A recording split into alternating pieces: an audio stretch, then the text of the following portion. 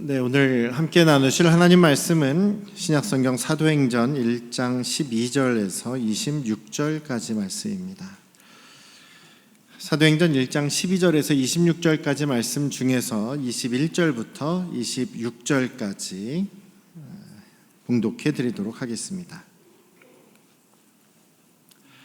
이러함으로 요한의 침례로부터 우리 가운데서 올려져 가신 날까지 주 예수께서 우리 가운데 출입하실 때에 항상 우리와 함께 다니던 사람 중에 하나를 세워 우리와 더불어 예수께서 부활하심을 증언할 사람이 되게 하여야 하리라 하거늘, 그들이 두 사람을 내세우니 하나는 바사바라고도 하고 별명은 유스도라고도 하는 요셉이요 하나는 마띠아라.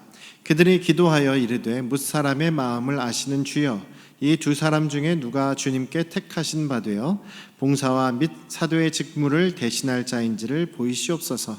유다는 이 직무를 버리고 제 곳으로 갔나이다 하고 제비 뽑아 마띠아를 얻으니 그가 11 사도의 수에 들어가니라. 아멘. 할렐루야. 우리 아버지 하나님의 크신 은혜와 그 크신 사랑이 여러분과 여러분 가정 위에 충만하시기를 주님의 이름으로 축원합니다. 한번 따라하겠습니다. 전능하신 하나님, 천지를 만드신 하나님이 나의 아버지심을 믿습니다. 그 외아들 예수 그리스도께서 나의 죄를 위하여 십자가에 죽으시고 부활하셔서 곧 다시 오시는 나의 구세주이심을 믿습니다. 주님께서 세우신 몸된 교회가 나의 가족임을 믿습니다. 이게 신앙 고백이에요. 신앙 고백입니다. 저희가 그 침례교회는 그 공식적인 무슨 전통적인 신앙 고백, 사도신경을 외우지 않습니다. 그것이 카톨릭에서, 로마 천주교에서 만들어진 것이고 또 성경은 아니기 때문에 공예배에서 고백을 하지 않습니다. 그런데 신앙 고백은요, 우리 믿는 사람끼리 고백할 필요가 없어요. 믿는 사람끼리 신앙 고백하는 경우는 침례받을 때 한 번이에요. 그런데 신앙 고백을 그러면 언제 어디서 하느냐?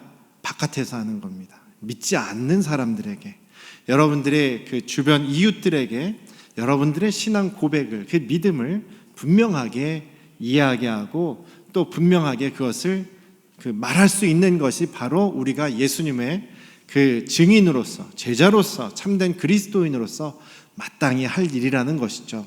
요즘에 많은 사람들이 그 식당 가서 보니까 예수님 믿는 사람들도 기도하고 식사하는 사람들 별로 보지를 못해요. 보통 일반 식당에서 기도하고 식사하는 사람 정말 보지 못합니다. 여러 사람들이 모인 곳에서 특히 그러니까 믿지 않는 사람들 섞여 있는 모임 속에서 내가 예수 믿는 사람입니다라는 거를 말하는 사람을 제가 본 적이 없는 것 같아요. 지금 저희 대학교는 25년, 그러니까 졸업한 지 25년 후에 이제 학교에서 어떤 자리를 다시 동문들이 상봉하는 자리를 만들어줍니다. 그래서 원래는 제가 92년도에 입학을 했기 때문에 작년에 원래 다시 상봉하는 모임을 해야 되는데 코로나 때문에 올해로 연기돼서 올해 모임을 하거든요. 10월 달에 이제 모임을 하게 되어 있는데 그거를 위해서 준비하는 모임도 있고 또 저희 친구가 또 친한 대학교 친구가 거기 준비하는 또 그런 임원에 속해 있어가지고 저를 자꾸 꼬셔가지고 합창 우리 같이 하자, 합창 공연이 있는데 그래서 같이 하자고 해서 그러면 내가 같이 하겠다. 그래서 지금 합창 연습을 해야 되는데 매주 이제 화요일 날 연습이 있는데 제가 계속 못 가고 있어요. 그런데 연습하는 얘기를 들어보니까 연습 끝나고 나서 파트별로 테너, 베이스, 소프라노 이런 식으로 파트별로 또 모임을 하는데 끝나고 나서 꼭 술 마시러 간다는 거예요. 그럼 만나가지고 우리 친하게 지내봅시다 하면서 술 마시러 간다는 거예요. 야, 이거 해야 되나 말아야 되나, 나 그런 건 안 한다 이러면서 그렇게 얘기를 했습니다만 그 친구들 그러니까 교회는 다니는데 이렇게 저 같은 목사님이 아닌 친구들이 있습니다만 여전히 그 코로나가 좀 약해지니까 회사에서 무슨 회식이나 이런 게 또 엄청나게 늘어났다는 거예요. 그리고 그런 모임에서는 또 내가 예수님 믿습니다라는 얘기를 하지도 못한다는 거예요. 그래서 이게 정말 세상이 참 믿는 사람들도 찾기 힘들고 믿는 사람들도 내가 예수님 믿는 사람이다라는 얘기도 못하는 그런 상황이 되어가고 있구나라는 이야기를 듣고 좀 씁쓸한 마음이 있었습니다. 예수님께서 제자들에게 너는 나의 부활의 증인, 내가 부활하고 내가 이 세상의 길이요 진리요 생명이라는 그 복음을 증거할 사람으로 이제 제자들을 세우시고 이제 그것을 위해서 성령을 받으라고 지금 받기까지 기다리라고 명령하시지 않습니까? 이것이 예수님의 부활의 증인이 되는 것이 2000년 전에 지금 예수님 승천하시자마자 그때 당시 사람들에게만 해당되는 이야기가 아니라는 것이죠. 오늘 지금 마지막 때 예수님이 언제 오셔도 이상하지 않을 이때에 우리가 예수님을 기다리면서 살아가는 믿음의 사람들인 저와 여러분들도 우리가 지금 가장 중요하게 해야 되는 것은 예수 그리스도의 부활의 증인이 되어야 된다라는 것입니다. 부활의 증인 되는 것 어렵지는 않아요. 그런데 참 이것이 쉽지가 않습니다. 아까도 말씀드렸습니다만 세상 사람들과 저야 주로 목사님들을 많이 만나죠. 믿는 사람들 대부분 만나니까 저는 더 어렵지가 않죠. 그런데 여러분들은 이제 직장 생활하시는 분들은 직장에 얼마나 믿지 않는 사람들이 많이 있습니까? 또 여러분들 사회생활 하실 때 얼마나 믿지 않는 사람들과 많이 부딪히셔야 합니까? 이럴 때에 우리가 정말 내가 예수님의 부활의 증인으로서 살아가는 것이 쉽지 않지만 너무나 중요하고 큰 일이기 때문에 저와 여러분들이 그것을 감당하실 수 있기를 주님의 이름으로 축원합니다. 그것을 위해서 성령 충만해야 되는 것이죠. 제자들도 못했을 거예요. 제자들도 성령께서 함께 하시지 않으셨다면 그 복음 증거의 일을 못했을 겁니다. 그 제자들이 생명을 내놓고 순교당하면서까지 예수님의 부활을 내가 보았다라고 증거할 수 있었던 것은 성령께서 함께 하셨기 때문인 것이죠. 이들이 지금 성령을 준비하고 있습니다. 성령을 맞이할 준비를 하고 있었습니다. 성령을 맞이한 준비를 하고 있을 때에 그냥 언젠가 오시겠지 하고 막연하게 기다리는 것이 아니라 그들이 성령을 맞이할 준비를 하면서 뭔가 했던 일들을 오늘 지금 여기서 기록을 하고 있습니다. 그런 얘기들 하지 않습니까? 우리가 수련회 때 혹은 가끔 우리가 부흥 집회나 이런 말씀 사경회나 그런 집회를 참여하거나 준비하게 될 때 그 준비를 우리가 어떻게 하고 있습니까? 기도로 준비하죠. 기도로 사모하며 그 날을 기다리면서 우리가 준비하고 있죠. 그 순서를 맡아서 진행하는 사람들도 이게 그 순서가 잘 진행될 것인지 꼼꼼하게 체크를 하고 계속 기도하면서 준비하고 있지 않습니까? 우리 중고등부 선생님들도 이 중고등부 수련회가 있기 몇 달 전부터 기도하면서 준비를 했더라고요. 그런 것처럼 주님의 은혜를 경험하기 위해서 혹은 또 주님을 깊이 경험하기 위해서 또 주님의 성령을 받기 위해서 또 주님의 증인이 되기 위해서 모든 면에서는 다 준비가 필요합니다. 준비하는 절차에서 어떤 일들이 있었는지를 나눌 것인데 예수님께서도 예배 드릴 때에도 준비가 필요하다 말씀하시죠. 너희가 주님 앞에 예물을 드리려고 할 때에 혹은 하나님께 예배 드리려고 할 때 마침 너와 사이가 안 좋은 누군가와 다투었던 것이 생각나거든 먼저 그 사람과 화해하고 다시 돌아와서 하나님께 예물을 드리고 예배를 드려라, 이런 말씀도 예수님께서도 하시죠. 우리가 주님 앞에 예배를 드릴 때에도 먼저 우리가 회개하고 주님 앞에 나아가야 하고 또 우리가 영혼이 깨끗하게 청소한 상태에서 주님께 나아가야 하듯이 우리가 주님께 은혜를 받기 위해서라면 또 주님의 성령을 충만하게 받기 위해서 우리의 마음의 준비가 먼저는 필요합니다. 주님 앞에 회개할 것이 있다면 회개를 하고 주님 앞에 깨끗한 영혼으로 나아가야 한다라는 것이죠. 오늘 이 사도들은요, 제자들은 지금 예수님의 그 부활과 승천을 경험한 사람들이 한자리에 모여 있습니다. 마가의 다락방에 지금 모여 있는데요, 예수님께서 승천하신 곳이 이제 감람산이었다라고 얘기를 합니다. 예수님께서 그 예루살렘에 입성하실 때, 들어가실 때 그 감람산을 넘어서 베다니에서 감람산을 넘어서 언덕을 내려와서 예루살렘으로 들어가셨죠. 그래서 굉장히 예루살렘 바로 앞에 있는 산이 감람산이었습니다. 그리고 12절을 보시면, 우리가 읽진 않았지만 사도행전 1장 12절에 보시면 거기는 그 감람산은 예루살렘에서 가까워서 안식일에도 가기에 알맞은 그런 길이었다라고 얘기를 합니다. 그 이야기는 예수님께서 승천하신 날이 안식일, 토요일이었다라고 이해할 수가 있는 것이죠. 보통 유대인들은 안식일에 한 1km 정도밖에 걸어가지 않습니다. 1km 정도 이상을 걸어가면 이건 안식일을 범한 거다라고 자기들끼리 이렇게 그 규약을 정해놨어요. 그래서 많이 먼 길을 걷지 않는데, 지금 감람산은 예수님께서 마침 승천하신 그곳은 1km 정도도 되지 않는 아주 가까운 곳이었다라는 이야기를 하죠.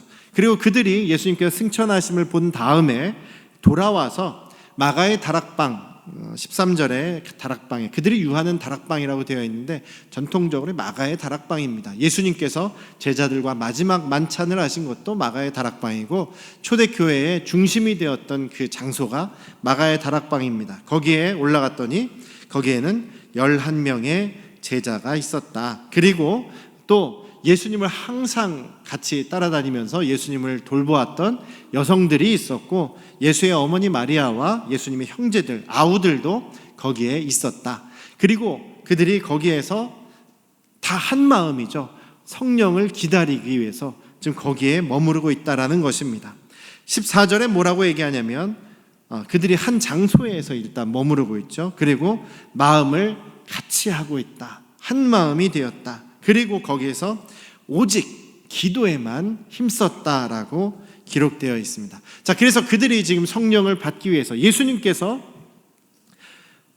예루살렘을 떠나지 말고 성령을 기다려라 라고 하신 그 명령을 그들이 따르기 위해서 어떤 모습이 되었냐면 한 장소에 함께 머무르면서 한 마음으로, 그리고 오직 기도에 힘썼다라는 것이죠. 성령, 예수님께서 약속하신 것을 사모하고 기다리면서 기도했다라는 것입니다. 여러분들도 뭔가 주님께 성령의 충만함을 받기를 원하십니까? 또한 주님께서 우리를 위해서 역사하실 그 일들을 사모하며 우리가 준비하고 있습니까? 그런 일들이 있다면 우리는 마땅히 한 마음이 되어야 될 것이고, 또한 함께 주님께 기도로 나아가야 될 것입니다.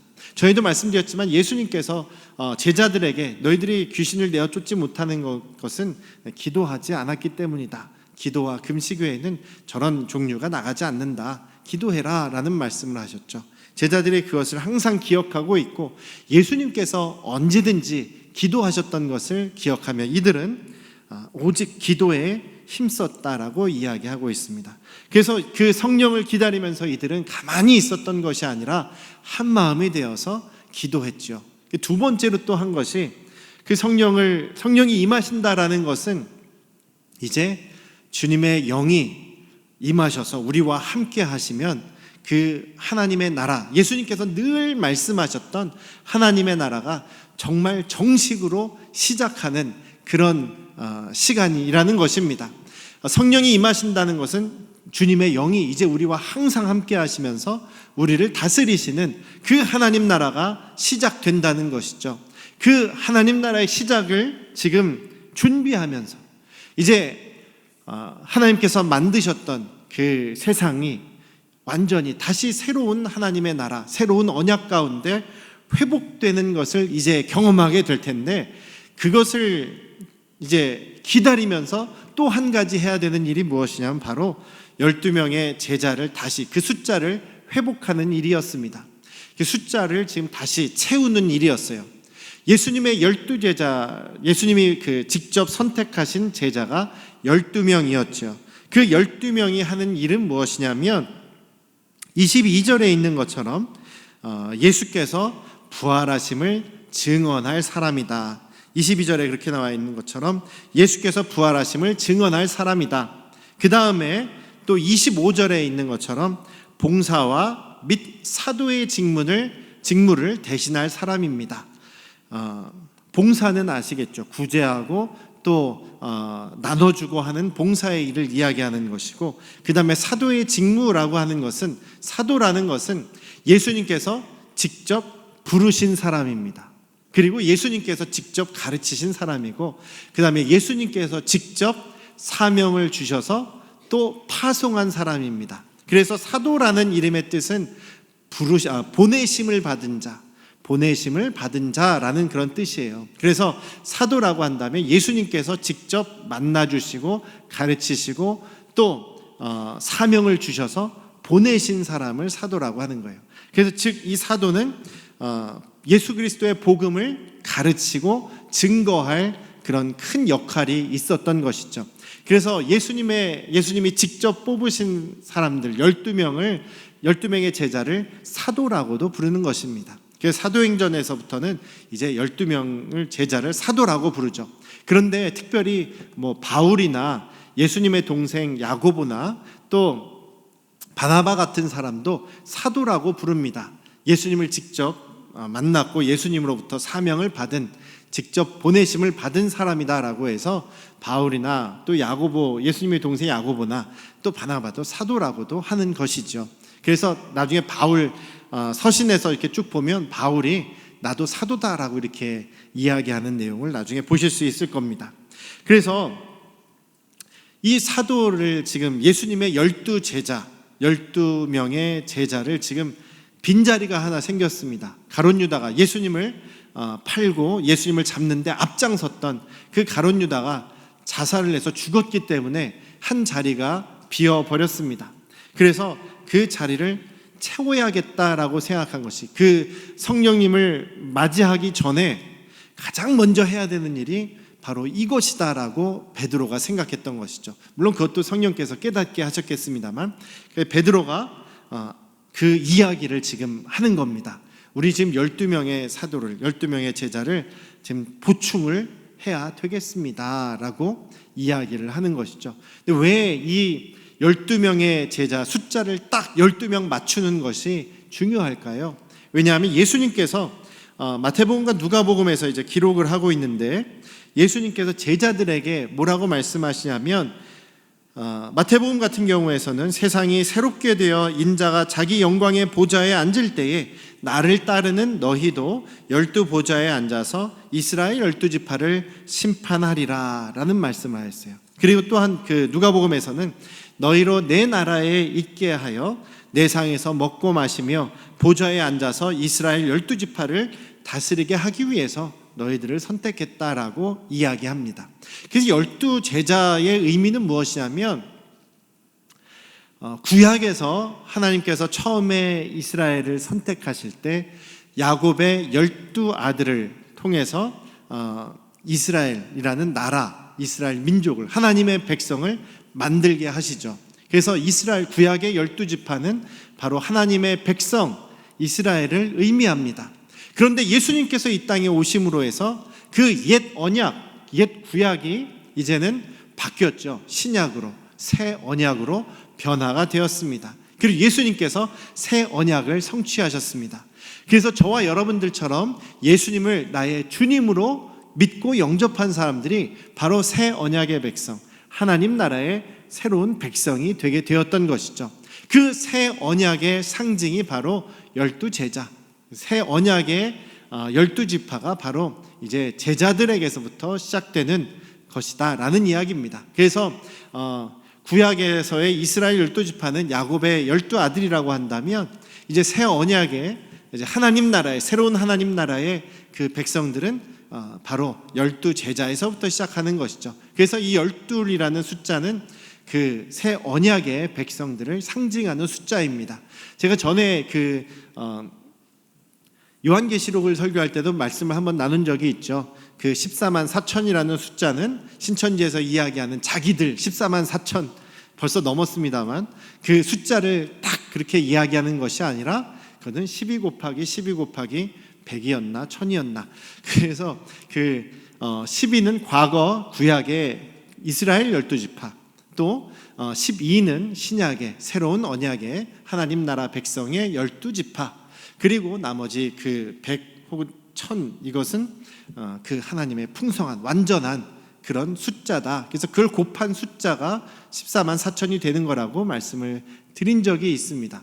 그런 것처럼 지금 이 12제자가 의미하고 상징하는 것은 바로 신약, 새 언약인 하나님 나라의 백성의 시작을, 대표를 이야기하는 겁니다. 그러니까 하나가 빠지면 안 되겠죠. 불완전한 그런 모습이 되어버리는 것이겠죠. 그래서 한 명을 이제 보충합시다라는 이야기를 하는 겁니다. 그러면서 가룟 유다를 성경에서 이미 이야기했습니다. 시편에서 다윗의 입술을 통해서 이렇게 이미 예언되어졌던 이야기가 이루어진 것입니다 라고 하면서 그 20절 말씀에서 보면 시편 두 구절이 인용이 되어 있죠. 기역과 니은이라고 해서 밑에 그 설명을 보시면 시편 69편 25절과 시편 109편 8절이라고 나와 있습니다. 시편 69편 내용은 이제 다윗이 자기 이야기를 하는 겁니다. 둘 다 다윗이 지은 시예요. 다윗이 의로운 사람, 죄가 없는 제가 지금 적들에게, 저의 대적들로부터 너무나 큰 고난과 고통을 당하고 있습니다. 주님 판단해 주십시오. 주님 저를 구원해 주시고 또 저 악한 저 대적들을 주님 판단해 주시고 심판해 주십시오. 이런 얘기를 지금 하고 있는 겁니다. 공의의 하나님께서 판결을 내려 주십시오. 이런 얘기를 하는 거거든요. 그래서 시편 69편은 다른 제목으로, 어떤 제목으로 불리냐면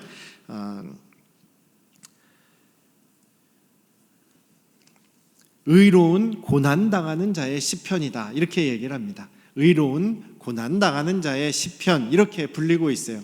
그래서 그 다윗이 지은 의로운 자인데 고난당하는 하나님의 종이 지금 이야기하는 노래다라는 이야기를 하고 있는데, 전통적으로 그 다윗은 메시아를 상징을 하죠. 그리고 유대인들은 이제 다윗의 자손 중에서 메시아가 오실 것이니까 지금 이 다윗의 시도 메시아에 대한 것으로 이해를 하고 있습니다.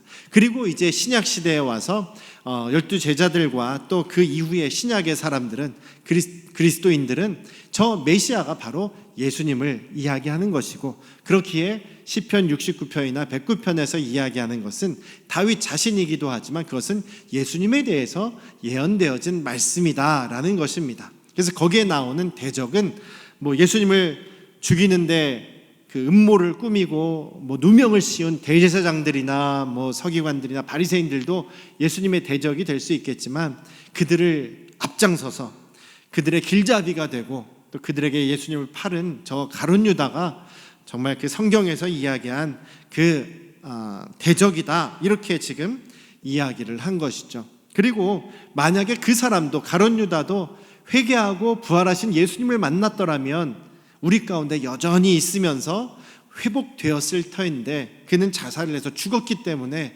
이 자리에 참여할 수가 없습니다. 자기의 직무를 버리고 자기가 가고 싶은 곳으로 가버렸습니다. 그러니 이제 새로운 사람을 주님 뽑아 주십시오, 이렇게 이야기하면서 새로운 그 제자를 12사도로 포함시키는 그런 일을 하게 된 것이죠. 그래서 성경에는, 그 우리 구약 성경은 굉장히 오랜 기간 동안 아주 옛날부터 기록된 성경입니다.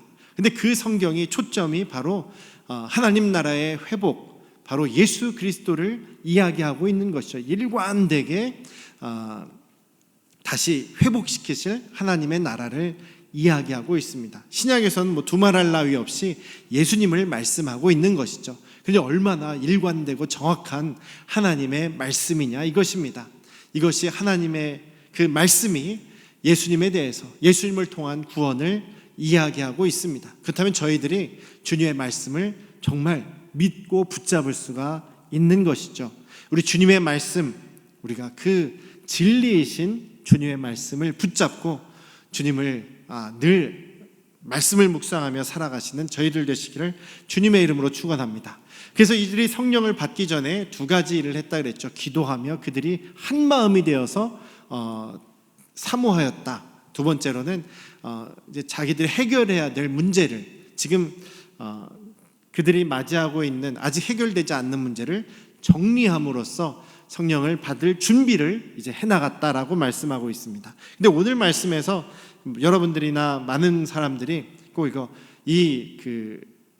제자를 보충하는 얘기에서 제비 뽑았네 여기에만 이렇게 초점 맞추시는 분들이 있어요. 나도 그럼 제비 뽑아도 되나 이런 생각을 하시는 분들도 있었을지 모르겠습니다. 여러분들 혹시 하나님의 뜻을 구하기 위해서 제비 뽑는 식으로 해보신 적이 있습니까? 뭐 성경을 한번 쫙 펴가지고 처음 나오는 구절, 처음 읽혀지는 구절이 하나님 말씀으로 믿겠습니다 이렇게 하신 적이 있습니까? 그렇게 시도한 분들도요 몇 번 얘기를 들어봤는데 한번 딱 펴서 나왔더니 별로 좋은 말이 안 나오더래요. 목을 메어 죽었더라 이런 얘기만 나오더라는 거예요. 그래서 내가 마음에 들 때까지 계속 펴본다는 거예요. 한참을 펴도 내가 마음에 드는 게 안 나와요. 제비를 뽑는데 만약에 나도 한번 이 제자들처럼 제비를 뽑아볼까? 제비를 딱 뽑았는데 내 마음에 안 들어요. 그럼 어떻게 됩니까? 이거 무효로 하고 다시 이거 연습을 하고 다시 하겠습니다. 이렇게 되죠. 이게 미신적인 겁니다. 미신적인 방법은 하나님께서 기뻐하시지도 않을 뿐더러 금지하신 것이죠.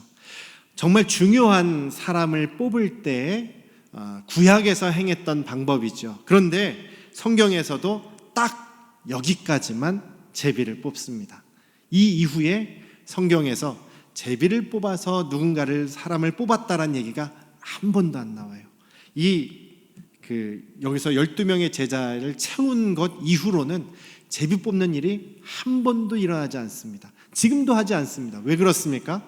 이제 이 이후에 성령께서 임하셨기 때문입니다. 제자들에게 성령이 임하셔서 성령께서 직접 가르쳐 주시는데 제비를 뽑을 일이 뭐가 있겠습니까? 그렇죠. 그래서 우리도 이제는 성령께서 우리 안에 계시니 제비 뽑는 일 같은 거는 하지 않는 것입니다.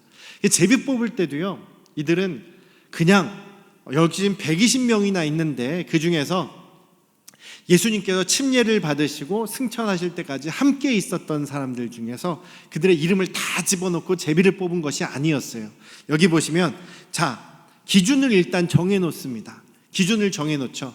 예수님이 침례 받으실 때부터 승천하실 때까지 우리와 함께 있었던 사람, 왜냐하면 부활의 증인이 되어야 되기 때문에 그 오랜 기간을 함께 있었던 사람을 중에서 뽑아야 합니다. 두 번째 기준은 25절에 있는 것처럼 봉사와 사도의 직무를 대신해야 되는 사람입니다. 그러니 인격적으로도 우리가 추천할 만한 사람이어야 되겠죠. 신뢰할 만한 사람이어야 합니다. 그래서 그런 사람들 중에서 추천을 받아서 2명으로 압축이 된 거예요. 그러니까 무조건 그냥 하나님 뽑아주세요 제비 뽑은 게 아니라 서로 의견을 나누고 또 신뢰할 만한 사람을 선출을 한 겁니다. 그래서 23절에 보시면 2사람을 내세웠다. 거기에 120명 모인 사람들이 의논을 해서 2사람을 내세웠다. 하나는 요셉이고, 요셉이란 이름이 너무 흔한 이름이라 바사바라고도 하고 별명이 유수도인 요셉이라는 사람과 다른 한 명은 마띠아라는 사람이었다라고 얘기를 하죠. 그래서 그 둘을 가지고 하나님께 기도합니다. 오늘날 같은 경우는 2사람을 가지고 투표를 했겠죠. 우리가 투표를 했을 겁니다. 그런데 여기에서는 하나님께 그 뜻을 물어봤습니다. 전적으로 하나님의 주권을 믿는 사람들이 지금 뭐라고 얘기를 하냐면 우리가 이 사람의 마음까지는 잘 모릅니다. 우리가 볼 때 이 사람들은 참 둘 다 자격이 있는 사람 같은데 24절에 보면 뭇 사람의 마음을 아시는 주님께서 이 2사람 중에서 한 명을 선택해 주십시오라고 기도하고 맡긴다라는 것이죠. 그래서 이 제비를 뽑는 이 방법에서도 하나님께 여쭈어보고 기도하고 또 우리가 마음을 모아서 추천하는 그런 과정들이 있었다라는 사실을 아시기를 원합니다. 그래서 무조건 이들이 미신적인 방법으로 행한 것이 아니었다라는 사실을 잊지 마셔야 될 거예요. 그래서 이들이 지금 그렇게 예수님의 제자, 하나님 나라의 12지파의 대표자들을 다시 세우는 중요한 일을 하고 나서 다시 어떻게 됩니까? 기도하면서 성령님을 기다렸다라는 것이죠. 사랑하는 우리 안양 성도교회 가족 여러분, 우리가 어떤 일을 행하든지 어떤 문제들을 결정해 나가든지 거기에는 주님이 함께 하시기를 한 마음으로 기도하는 그런 기도의 모습이 있어야 한다는 사실을 잊지 않으시길 주님의 이름으로 축원합니다. 어떤 일이든 우리가 기도하며 주님의 뜻을 구하는 저와 여러분들 되시길 주님의 이름으로 축원합니다. 예배를 드리기 전에, 우리가 주님을 만나기 전에 우리의 죄를 먼저 회개하고 우리가 뭔가 사이가 틀어진 사람과의 관계를 회복하고 주님 앞에 나아가야 하는 것처럼 우리가 늘 성령의 충만함을 얻기 위해서도 우리 마음을 준비하고 또 그것을 사모하는 자세가 필요합니다.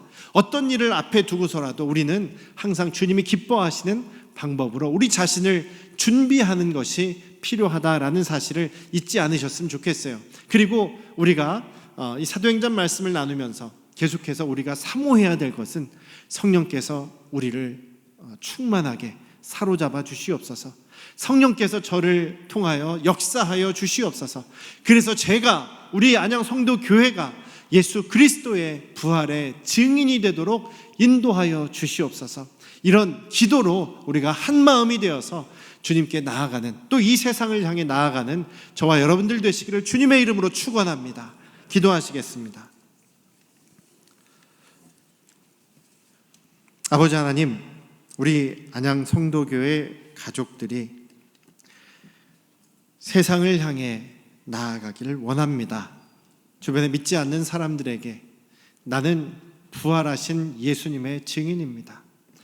예수 그리스도께서 나를 위해서 죽으시고 또 부활하셔서 지금도 여전히 살아계시며 나와 함께 하십니다 라는 사실을 증거할 수 있는 그런 우리 모두가 되게 하여 주시옵소서.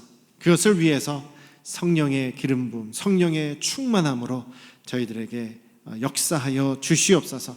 성령께 사로잡힌 바 되어 믿음의 사람으로서의 삶을 살아가는 우리 안양 성도교회 가족들이 되게 하여 주시옵소서. 이제는 우리를 죄에서 구원하신 예수 그리스도의 은혜와